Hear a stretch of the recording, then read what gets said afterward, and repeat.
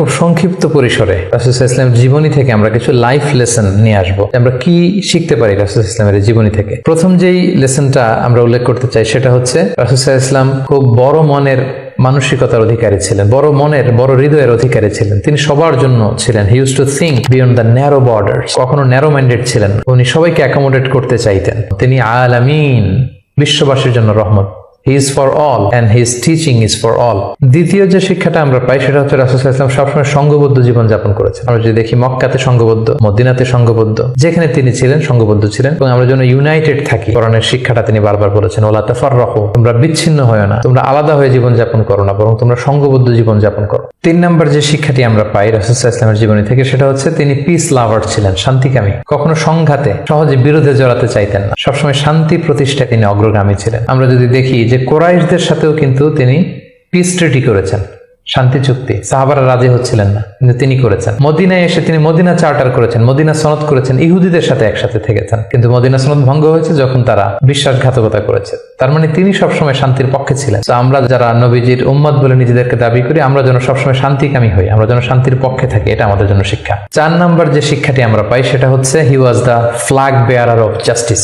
ন্যায় যেখানে, সত্য যেখানে, ইনসাফ যেখানে, জাস্টিস যেখানে, তিনি সেখানে। তার প্রমাণ আমরা দেখি 20 বছর বয়সে তিনি যখন যুবক, তখন তিনি হেলফুল ফুজুল নামে যুব সংঘ করেছেন। উদ্দেশ্য কি ছিল? মাআল মাজলুম দিদ্দাল জালিম। আমরা সবসময় মাজলুমের পক্ষে থাকবো, জালেমের বিরুদ্ধে। কোন জালেম যেন কোনো ব্যবসায়ীকে, ভিনদেশীকে, কাউকে যেন ঠকাতে না পারে। মাজলুমের পক্ষে লড়বার জন্য তিনি এটা করেছেন। তার মানে ইনসাফ, জাস্টিস, ন্যায় পরায়ণতার পক্ষে তিনি সবসময় কাজ করেছেন। আমরা যেন সবসময় ন্যায় পরায়ণতার পক্ষে থাকি, এটাই আমাদের জন্য শিক্ষা। 5 নম্বর যে ব্যাপারটা আমরা দেখি যে রাসূল সাল্লাল্লাহু আলাইহি ওয়াসাল্লামের পুরো জীবনীটা যদি আপনারা খেয়াল করেন, সবসময় রাসূল সাল্লাল্লাহু আলাইহি ওয়াসাল্লাম একটা স্ট্রাগলের মধ্য দিয়ে গিয়েছেন। তিনি আল্লাহর নবী, শুধু নবী নয়, শ্রেষ্ঠ নবী, আল্লাহর হাবিব। তার কাছে কোরআন নাজিল হয়েছে, তার কাছে ওহী আসতো, আল্লাহর সরাসরি সাহায্য তিনি পেয়েছেন, আল্লাহর সাথে কথা বলতেন। তারপরও তার জীবন কিন্তু স্ট্রাগল মুক্ত ছিল না। সবসময় তিনি স্ট্রাগলের মধ্যে দিয়েছিলেন।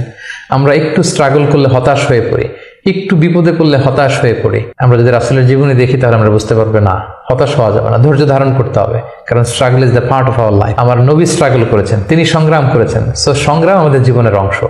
এই শিক্ষাটা আমরা পাই। 6 নম্বর যে শিক্ষাটি আমরা পাই সেটা হচ্ছে রাসূল সাল্লাল্লাহু আলাইহি ওয়াসাল্লাম ব্যক্তিগত জীবনে অত্যন্ত সৎ ছিলেন। যে কারণে যে কুরাইশরা রাসূল সাল্লাল্লাহু আলাইহি ওয়াসাল্লামের বিরোধিতা করত, তারাই রাসূল সাল্লাল্লাহু আলাইহি ওয়াসাল্লামকে উপাধি দিয়েছিল আস-সাদিক আল আমিন, সত্যবাদী, আমানতদার। যেদিন তিনি হিজরত করবেন সেদিন তিনি তার ঘরে রাসূল সাল্লাল্লাহু আলাইহি ওয়াসাল্লাম আলী রাদিয়াল্লাহু তাআলা আনহুকে রেখে গিয়েছিলেন। কারণ ওনার কাছে মক্কার অনেক লোকেরা আমানত রেখেছিল। সেই আমানতগুলো বুঝিয়ে দিতে আলী রাদিয়াল্লাহু তাআলা আনহু 3 দিন সময় লেগেছিল। এত পরিমাণে ডিপোজিট ছিল, আমানতের বিভিন্ন জিনিসপত্র ছিল, সেগুলো আলী রাদিয়াল্লাহু তাআলা আনহু বুঝিয়ে দিয়ে তারপরে তিনি হিজরত করেছেন। কতটা আমানতদার ছিলেন আমাদের প্রিয় নবী। এবং ওনার এই ব্যবসায় আমানতদারিতায় মুগ্ধ হয়েই কিন্তু খাদিজা রাদিয়াল্লাহু তাআলা আনহা রাসূল সাল্লাল্লাহু আলাইহি ওয়াসাল্লামকে বিয়ের প্রস্তাব দিয়েছিলেন। তো তার উম্মত হিসেবে আমাদের উচিত সত্যবাদী, সৎ এবং আমানতদার হওয়ার চেষ্টা করা।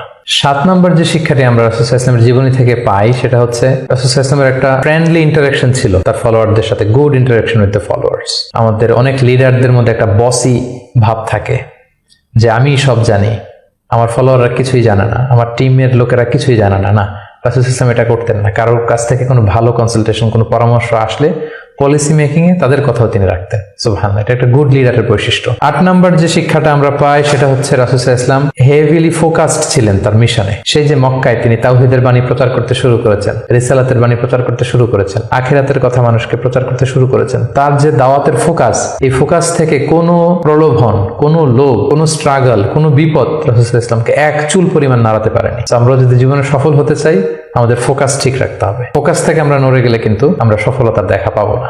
9 নম্বর যে শিক্ষাটা আমরা পাই রাসূল সাল্লাল্লাহু আলাইহি ওয়াসাল্লামের কম্প্যাশনেট এন্ড মার্সিফুল অ্যাটিটিউড। রাসূল সাল্লাল্লাহু আলাইহি ওয়াসাল্লামের দয়াদ্র মানসিকতায় অনেক শত্রু কিন্তু রাসূল সাল্লাল্লাহু আলাইহি ওয়াসাল্লামের বন্ধু হয়ে গিয়েছিল, ঈমান এনেছিল। আমরা দেখেছি মক্কা বিজয় যখন করেছিলেন চাইলে পিষে মারতে পারতেন কুরাইশদেরকে, যারা বছরের পর বছর জন্মভূমি থেকে দূরে থাকতে বাধ্য করেছিল রাসূল সাল্লাল্লাহু আলাইহি ওয়াসাল্লামকে। রাসূল সাল্লাল্লাহু আলাইহি ওয়াসাল্লাম কি করলেন? বললেন যে না, লা তাসরিবা আলাইকুমুল ইয়াউম, কোনো প্রতিশোধ, হিংসা কিছু নেই, ক্ষমা করে দিলাম, যাও তোমরা স্বাধীন। এভাবে নানা ঘটনায় আমরা দেখেছি রাসূল সাল্লাল্লাহু আলাইহি ওয়াসাল্লাম তার অমীয় অনুপম চরিত্রের মাধ্যমে তিনি মানুষের মন জয় করেছেন। এই গুণাবলী যেন আমরা আমাদের মধ্যে ধারণ করবার চেষ্টা করি। সব শেষে শিক্ষাটির কথা বলবো, সেটা হচ্ছে succession management. A good leader produces good leaders. একজন ভালো নেতা শুধু ফলোয়ার তৈরি করে না, সে আরো নতুন নেতা তৈরি করে। আমরা যদি দেখি রাসূল সাল্লাল্লাহু আলাইহি ওয়াসাল্লামের ইন্তেকালের পরে আমাদের লিডারশিপ নিয়ে কোনো ক্রাইসিস হয়নি, সেখানে দাঁড়িয়ে গিয়েছে আবু বকরকে আমরা রাদিয়াল্লাহু তাআলা আনহুকে আমরা আমাদের খলিফা বানিয়েছি। আবু বকর রাদিয়াল্লাহু তাআলা আনহুর ইন্তেকালের পরে ওমরে ফারুক আমাদের খলিফা হয়েছে, তারপরে উসমান, তারপরে আলী রাদিয়াল্লাহু তাআলা আনহু। তার মানে রাসূল সাল্লাল্লাহু আলাইহি ওয়াসাল্লাম এদেরকে কিন্তু সবসময় ডানে বায়ে সামনে পেছনে কাছে নানা কাজে এঙ্গেজ করে